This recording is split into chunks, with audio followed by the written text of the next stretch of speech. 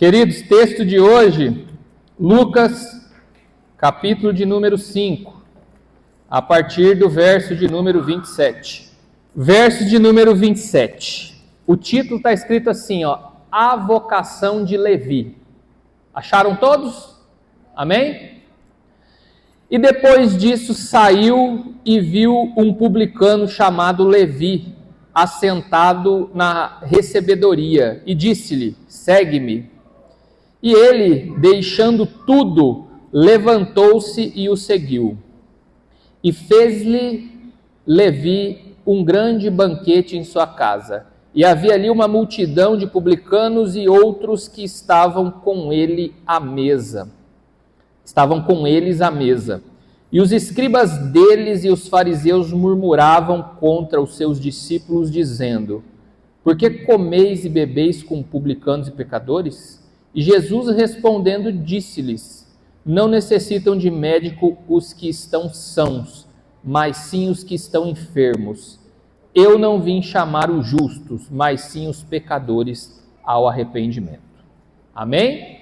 Estendam as mãos aí para a gente orar.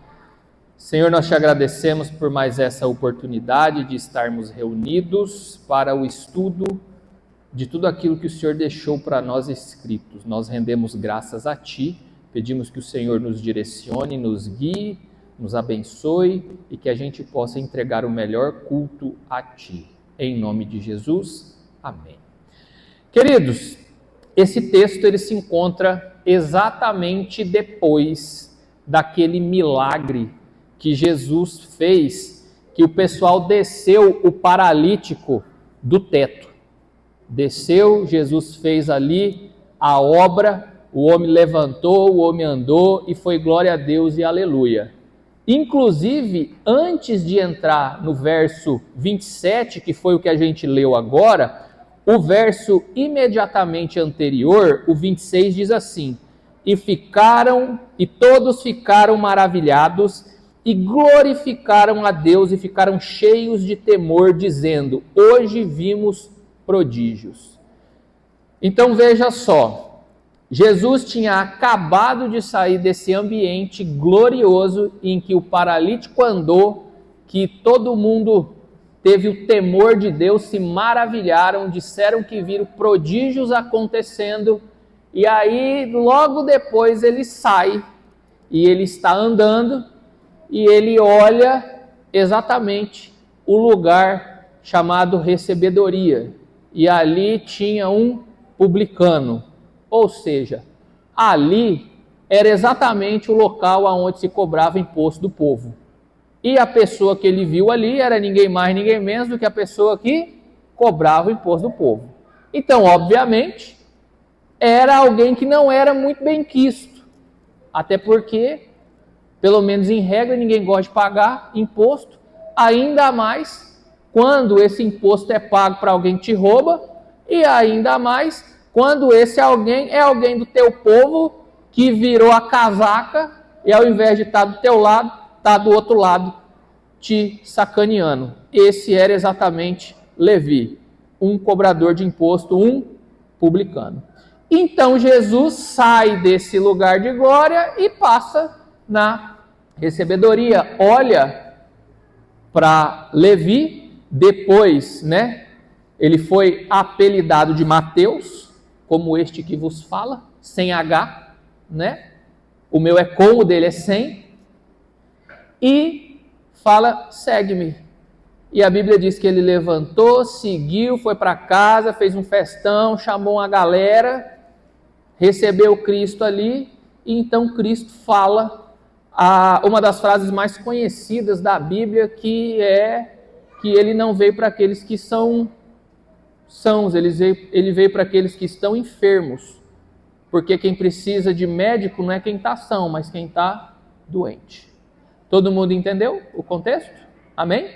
Então vamos lá. E aí, a Bíblia, ela inicia no verso número 27 e diz que depois disto o quê? De ter saído daquele ambiente de glória, Jesus viu um publicano chamado Levi na recebedoria. O que isso quer dizer, Mateus? Quer dizer que sempre existe um depois disso. estava no momento de glória e depois disso, de frente com um pecador dos mais pecadores de todos. A nossa vida é assim. Tem um dia que nós estamos vivendo um momento de glória. Exatamente no outro dia, nós estamos vivendo um rolo. Ou nós estamos vivendo um rolo. No outro dia, nós estamos vivendo um momento de glória. Então, eu tenho uma palavra de Deus para você. A vida é cíclica. Tem dias bons, tem dias ruins, tem dias médios. Mas em todos eles, a certeza que a gente tem é que Cristo está caminhando conosco. O problema do depois disso, geralmente é para nós. Jesus não tem nenhum problema com o depois disso. Ele estava em um ambiente de glória, todo mundo temeu, todo mundo se maravilhou do que estava acontecendo e depois disso Jesus foi na recebedoria. Queridos, Jesus não tem problema nenhum em transitar em ambiente hostil.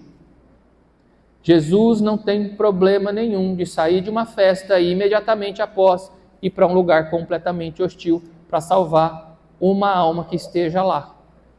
Às vezes nós temos problemas nesse trânsito, Jesus não tem nenhum. Jesus foi batizado, recebeu o dom do Espírito Santo e a Bíblia diz que logo depois ele foi conduzido ao deserto para ser tentado. Jesus não tem problema nenhum de transitar em ambientes, de ambiente para ambiente. Geralmente quem tem é a gente. A gente que tem medo de ser confrontado com o ambiente que a gente vai.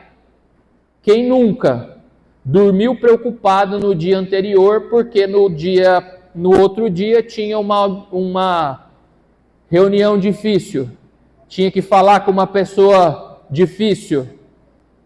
Quem nunca teve medo de ir em um ambiente que se sentia hostilizado? Quem nunca ficou uns 3 dias passando mal, pensando, meu Deus, vou ter que ir em tal lugar, vou encontrar fulano de tal? Quem tem problema com isso é a gente. Jesus não tem problema nenhum em ir na recebedoria. E se você está na recebedoria, saiba, Jesus te busca lá.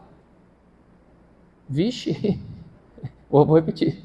Se você está na recebedoria, fique tranquilo, porque Jesus, ele te busca lá nesse lugar hostil. Amém? E aí a Bíblia diz assim, que Jesus passou e viu um homem chamado Levi na recebedoria. Queridos, Jesus te vê, Jesus me vê e Jesus vê a você também. A gente que passa pelas pessoas e não enxerga, Jesus enxerga.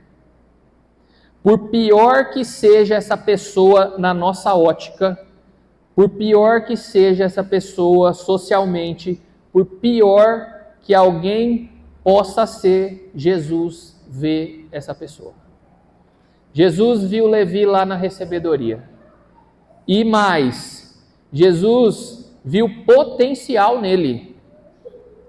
Às vezes a gente olha para o irmão, ou às vezes a gente olha para nós mesmos e a gente não enxerga aquilo que Jesus vê. Jesus, ele enxergou nesse homem alguém que podia ser um discípulo, que depois virou um apóstolo e que posteriormente foi um dos biógrafos de Cristo e escreveu nada mais, nada menos que o Evangelho de Mateus. Então, se você está achando que a sua vida está ruim, que Jesus não está te vendo, que as coisas estão atravancadas, que, ai meu Deus, eu tenho uma notícia para você, Jesus te vê. E mais do que isso, Jesus vê potencial em você que você nem imagina que você tem. Mateus aqui, Levi, né? Eu acredito que ele não tinha noção de que a partir desse dia ele seria discipulado por Cristo e ele deixaria um livro que seria tão expressivo que a gente crê que Deus falou por ele por intermédio desse livro. E a gente chama o livro dele, dentre vários outros, de A Palavra de Deus. E ele estava na recebedoria. Ele estava sendo esculachado por todo mundo, porque ninguém gostava dele. E a Bíblia diz que o nome dele era Levi, um homem chamado Levi, lá da recebedoria. E Levi, na tradução, significa alguém que é apegado a algo, ou a alguma coisa. Até anotei aqui, significa unido, ligado, apegado, vinculado a alguma coisa ou a alguém. E todo mundo é um pouco Levi. A gente é apegado em umas coisinhas. A gente é agarrado nos negócios. A gente tem isso. Levi, o pessoal não gostava dele. Sim ou não? Não gostava. Só que, convenhamos, Levi devia ter uma vida boa. Sim ou não? Ele tinha um emprego bom, não tinha? Recebia bem, não recebia? Tanto é que ele fez um festão ali. Quem não tem dinheiro não faz. Não é assim? A vida dele não era tão ruim assim. As pessoas só não gostavam dele. E cá entre nós. Depois que você chega numa certa idade, você não se importa se as pessoas gostam de você ou não. Por exemplo, eu estou ficando velho. E assim, eu não estou nem aí se as pessoas gostam de mim ou não. Porque eu tenho conta para pagar, tenho uma esposa em casa, família, trabalho, problema de todo tipo de ordem. Ah, eu não gosto do irmão. Pois é, rapaz, eu não estou nem aí. E qual que é o problema? Conforme a gente vai ficando mais velho, as coisas vão ficando mais tranquilas na nossa vida, a gente deixa de se importar com o que as pessoas pensam, a gente fica meio apegado na nossa vidinha boa. Levi provavelmente tinha uma vida boa. Ele não tinha uma vida ruim. As pessoas só não gostavam muito dele. Se isso não é um problema na tua vida, então ele não tinha problema. Sim ou não? Aí, o problema dele era bem simples.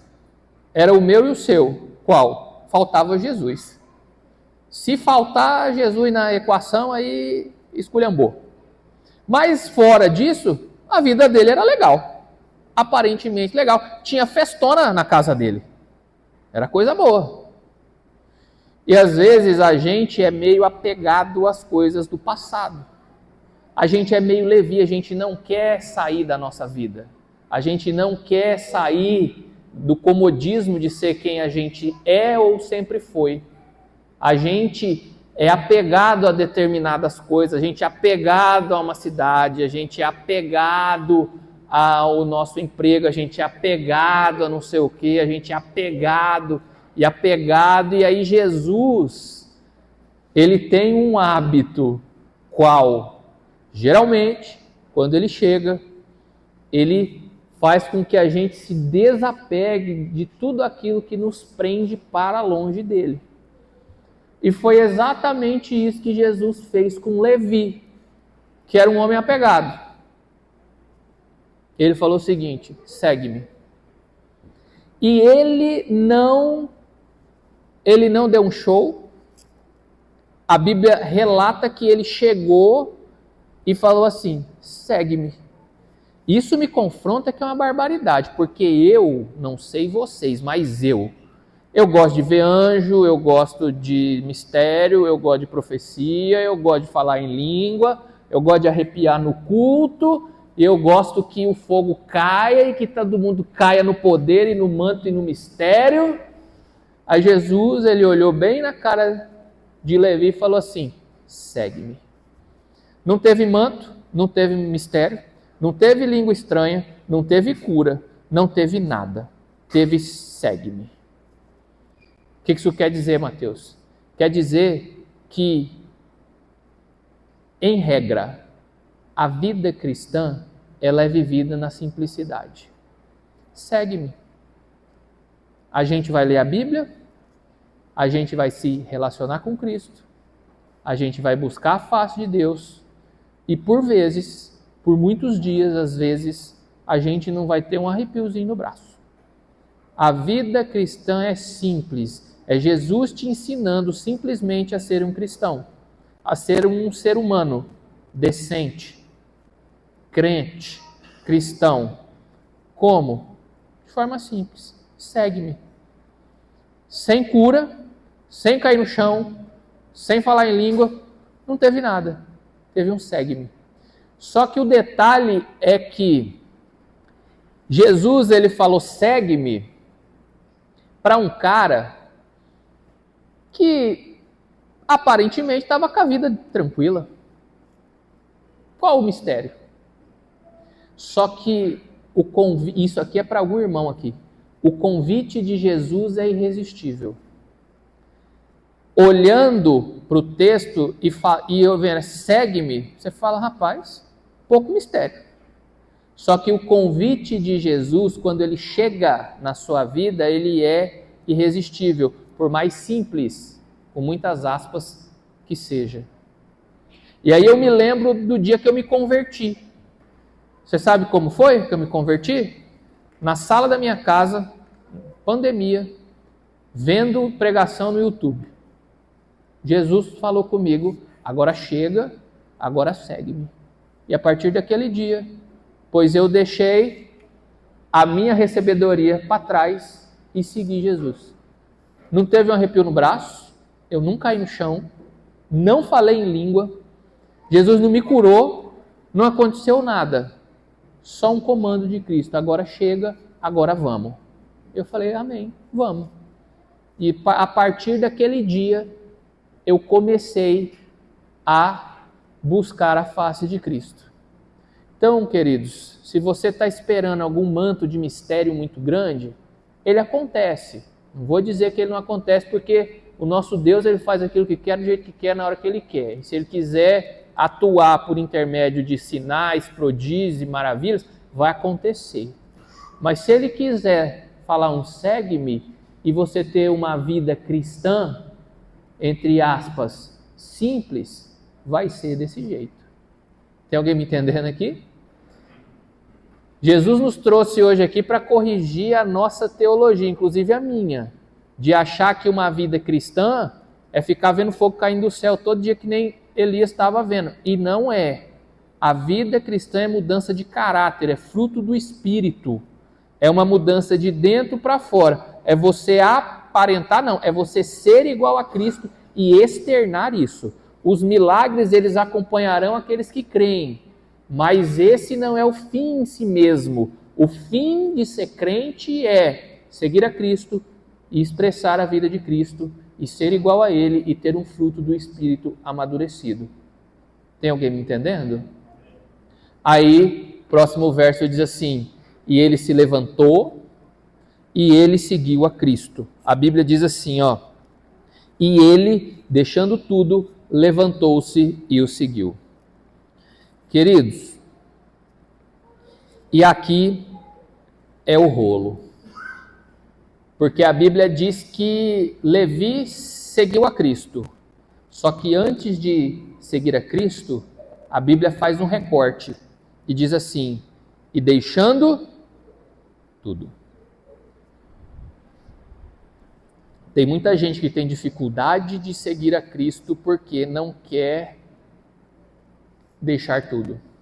Tem que deixar. É difícil? É, uai. Porque às vezes a nossa vida é boa, a gente só é pecador demais, mas a gente é socialmente recomendável.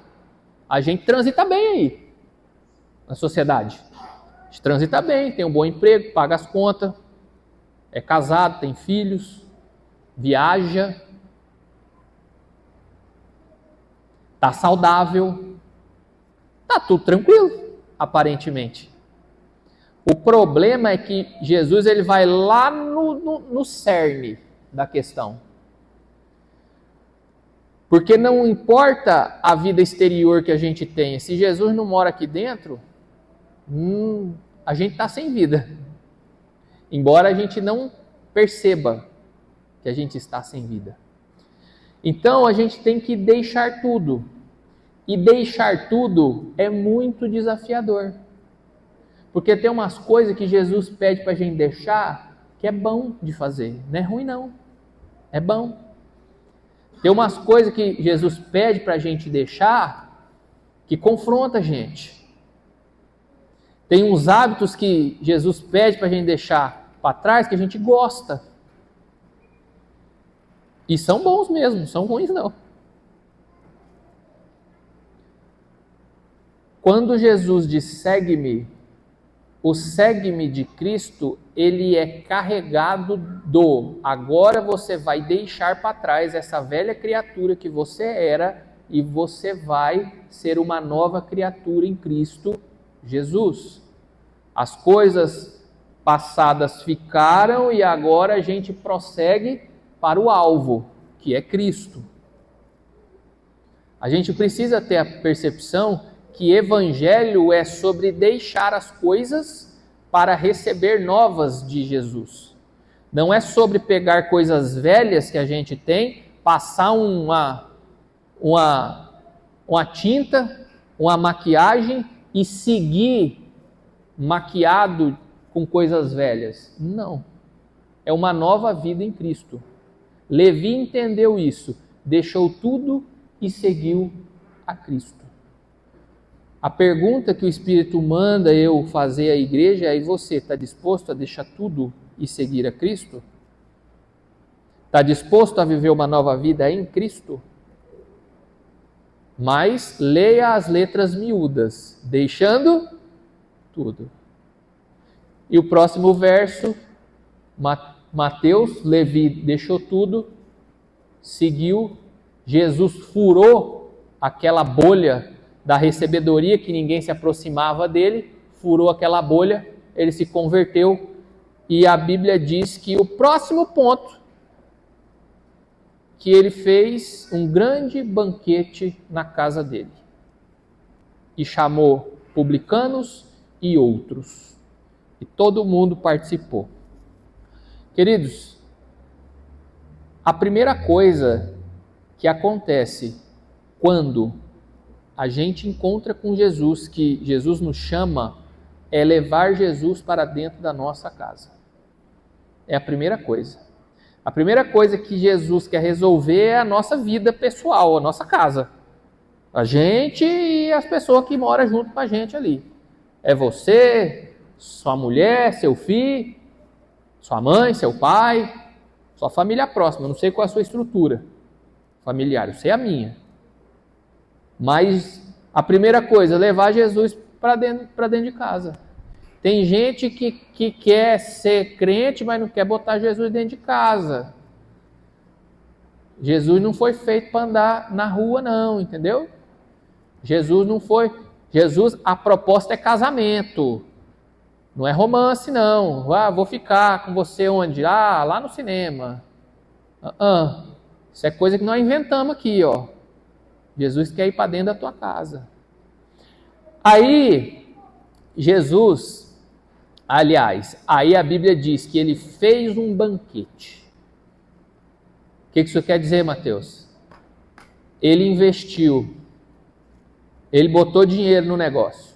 Ele botou tempo. Ele se desgastou. Você já deu um almoço na sua casa? Uma janta? É horrível, né? As pessoas vão, entra dentro da tua casa, come, fala mal, você gasta um dinheiro. Não é assim que acontece? A minha esposa, ela fica assim: ai meu Deus, tem que ajeitar. Bota o prato, tira o prato, põe o paninho, tira o paninho, limpa não sei o que lá, esconde isso aqui, não sei o que lá. Rapaz, dá um almoço na tua casa, uma janta é um rolo. Custa caro, te custa tua hospitalidade, te custa o dinheiro do teu bolso, te custa teu tempo, te custa a gente sapateando dentro da tua casa, mijando nos seus banheiros, sujando tudo, sim ou não? Pisando no seu tapete, que eu nunca vi, né? Tem gente que vai na tua casa e vai tirar o calçado na porta e entrar sem, entra de calçado para dentro da tua casa, parece que é doido. É um rolo. O que Levi fez? Investiu. Ele fez um grande banquete, botou Jesus lá, gastou, se incomodou com um monte de gente entrando dentro da casa dele, etc, etc. Queridos, o reino de Deus, ele exige que a gente invista. O reino de Deus, ele exige que a gente se desgaste por determinadas coisas. O reino de Deus exige que a gente faça determinadas coisas para que o nome de Jesus seja glorificado, ainda que à custa do nosso conforto pessoal. E a Bíblia diz assim, que publicanos, além dele, publicanos e outras pessoas foram participar.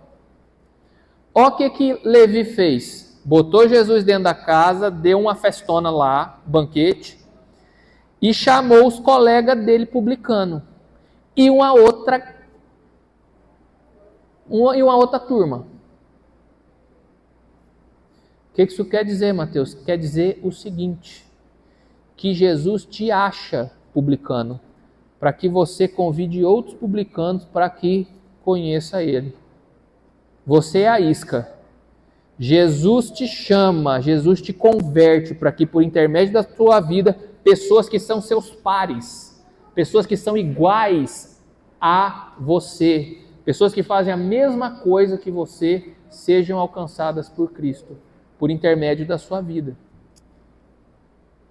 Por isso que Cristo ele age assim, ele vai lá no meio da engenharia, destaca um menino, vamos pegar esse menino aqui, converte esse menino. Engenheiro anda com quem?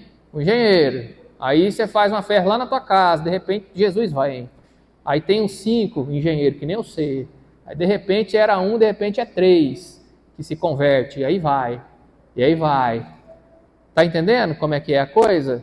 Jesus, ele converte alguém para que os pares desse alguém, as pessoas semelhantes a ele, sejam alcançadas.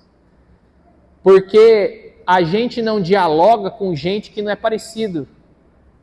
Professor, se você conversar com o professor em rolim, em pimenta, em cacoal, todo mundo passa pelo mesmo problema. O mesmo. A linguagem é a mesma. Para todo mundo. Advogado. É o mesmo problema. O PJE não deu certo, não sei o quê. Quando você vê, você está batendo mau papo com a pessoa.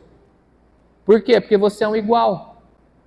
Você está no mesma pegada daquela pessoa. Jesus converte você, você tem os amigos, de repente ele vai multiplicando. É por isso que Jesus está chegando junto de você. Por isso que Jesus está pedindo para você deixar algumas coisas, porque ele quer te usar como exemplo. Para quê? Para pegar outras pessoas. É simples assim. Por isso que dói tanto, machuca tanto, porque ele está te talhando para você ser o espelho. E aí as pessoas vêm, aí começa com elas também. No final está todo mundo deixando tudo e seguindo Jesus. Tem alguém me entendendo?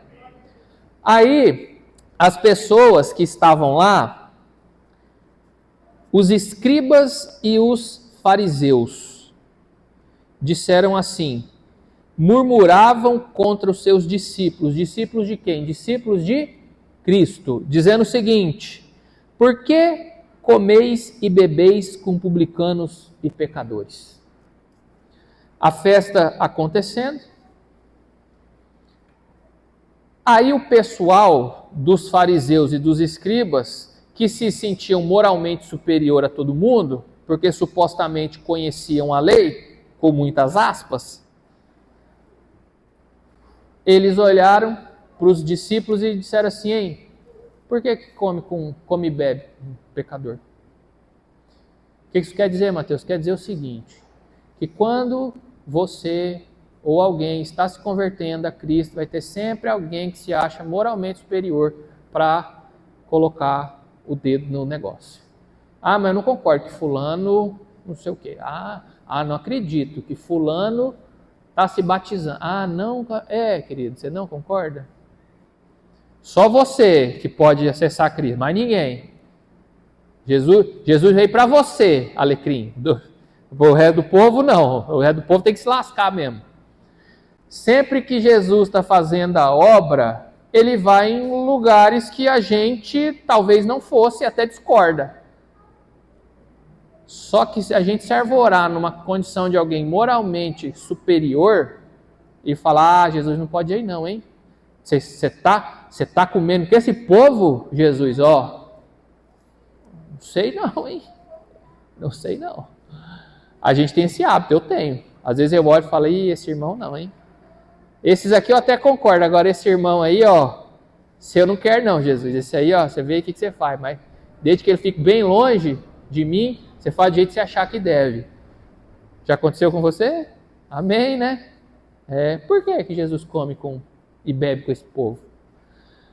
E veja só, a Bíblia diz que eles murmuravam contra os discípulos. E no próximo verso, a Bíblia diz assim, e respondendo Jesus. O povo murmurou contra os discípulos. Só que quem deu a resposta não foram os discípulos, foi Jesus. Jesus disse assim, e Jesus respondendo disse-lhe, não necessitam de médicos que estão sãos, mas sim os que estão enfermos. Queridos, quem dá a resposta é Jesus.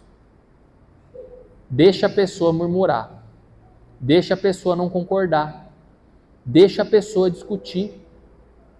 Não é problema seu. Quem dá a resposta é Jesus.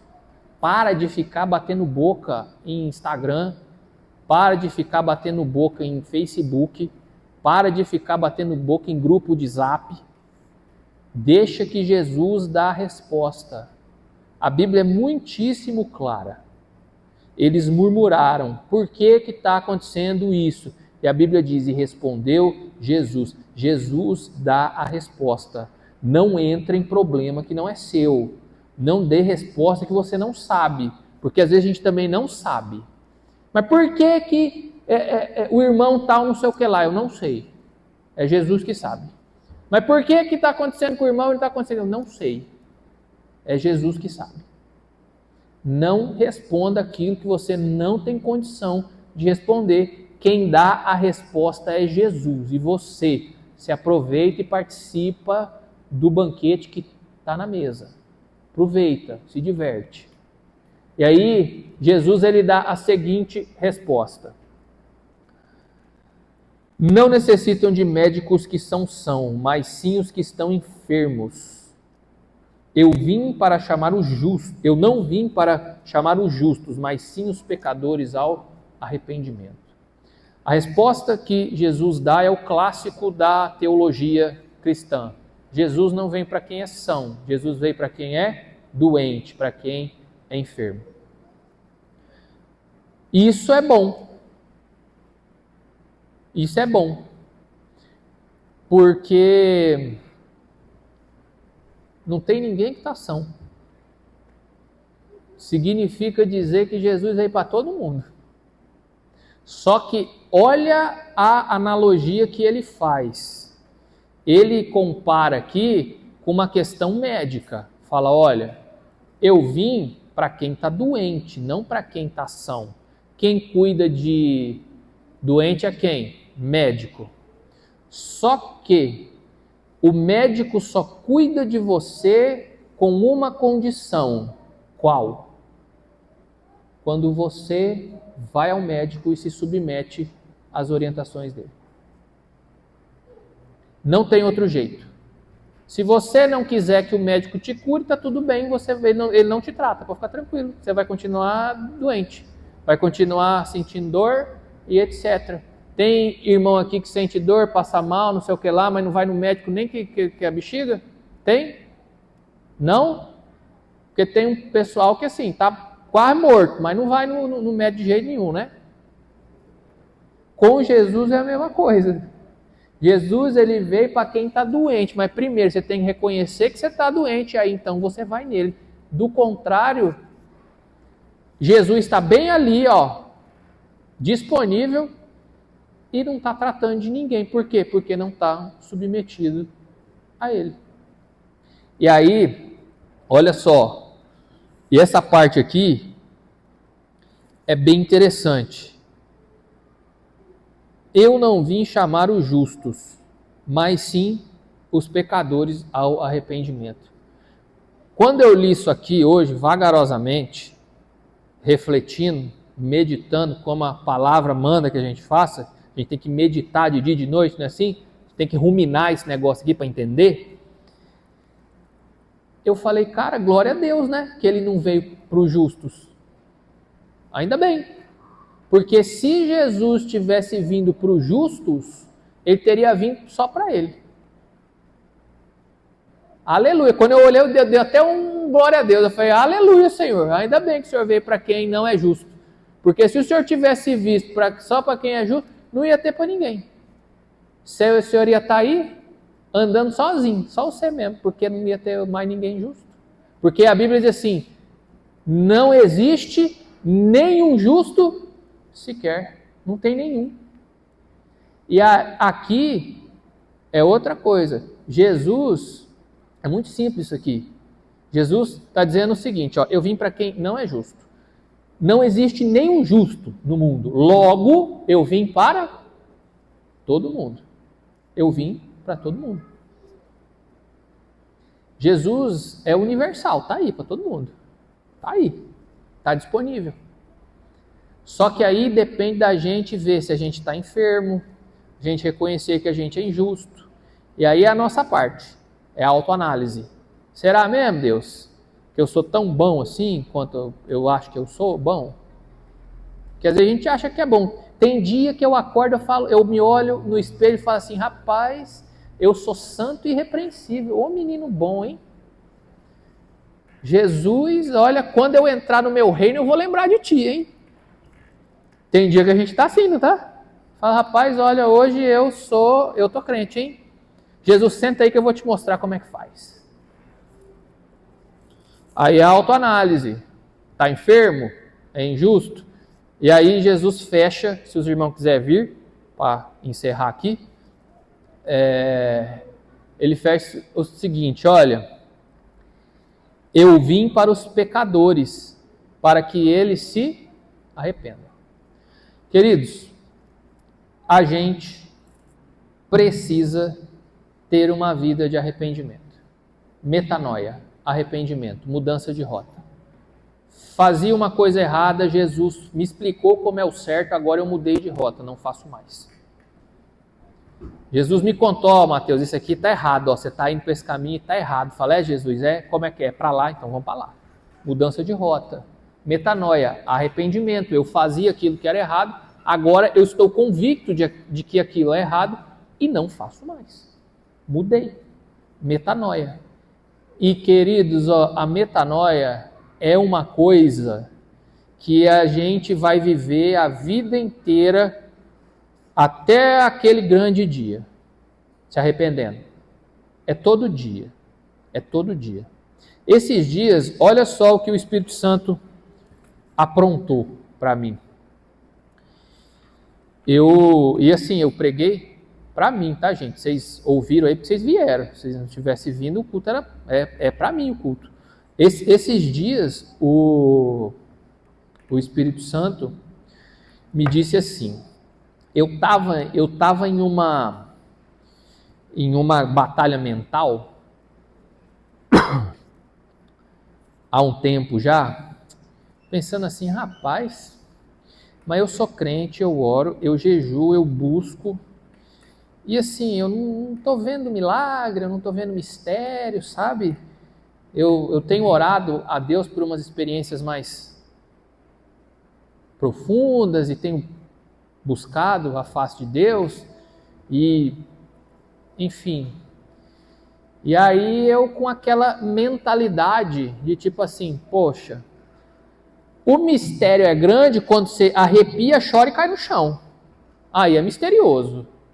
Não é assim? Não é bom quando acontece isso? E eu orando, Senhor, umas experiências mais agressivas aí, vamos para cima, não sei o quê. Jejuei não sei quantos dias agora e tal, e buscando a face de Deus. E aí, vendo um podcast essa semana de uma doutora que é psicanalista, e ela disse assim, ela diz que existem três cérebros na nossa mente. Tem o reptiliano, tem o límbico e tem o córtex pré-frontal. O reptiliano é ação e reação, é um negócio meio instintivo, né? É a coisa mais assim, vamos dizer assim, mais rasa, né? Se alguém te assusta, você corre atrás, enfim. É uma coisa meio instintiva mesmo. O segundo cérebro é o límbico, que é o dos sentimentos. Você chora, você isso, você aquilo, etc, etc. Ele é quando você expressa as suas emoções. E o terceiro é o córtex pré-frontal, que é quando você entende as coisas.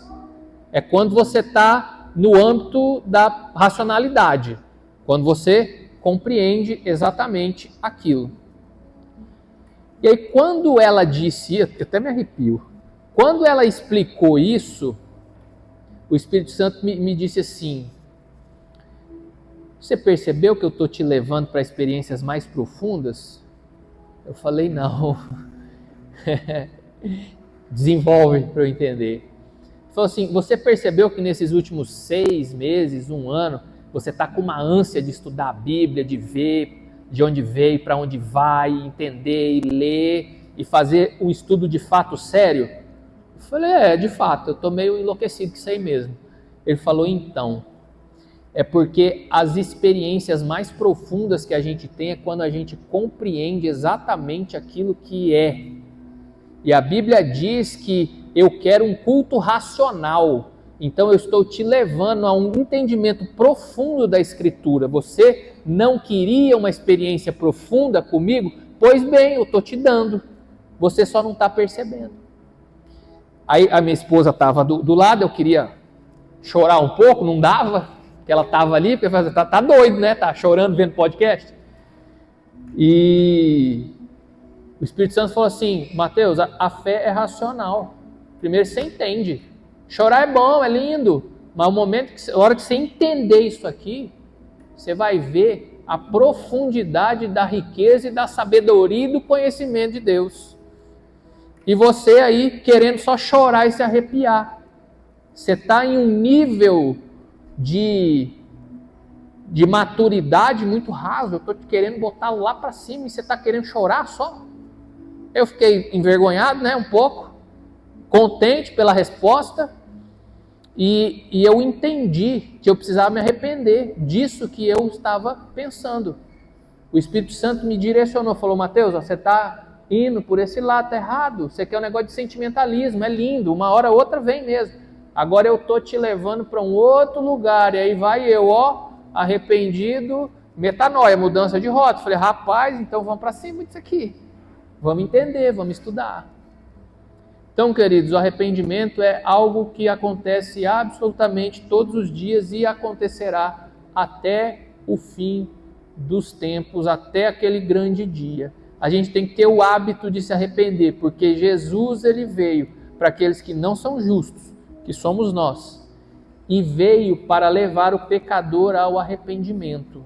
Então é um hábito, a gente precisa se arrepender quando? Sempre que a gente perceber que nós estamos seguindo em uma direção que não é a de Jesus. Amém? Se coloquem de pé, vamos encerrar.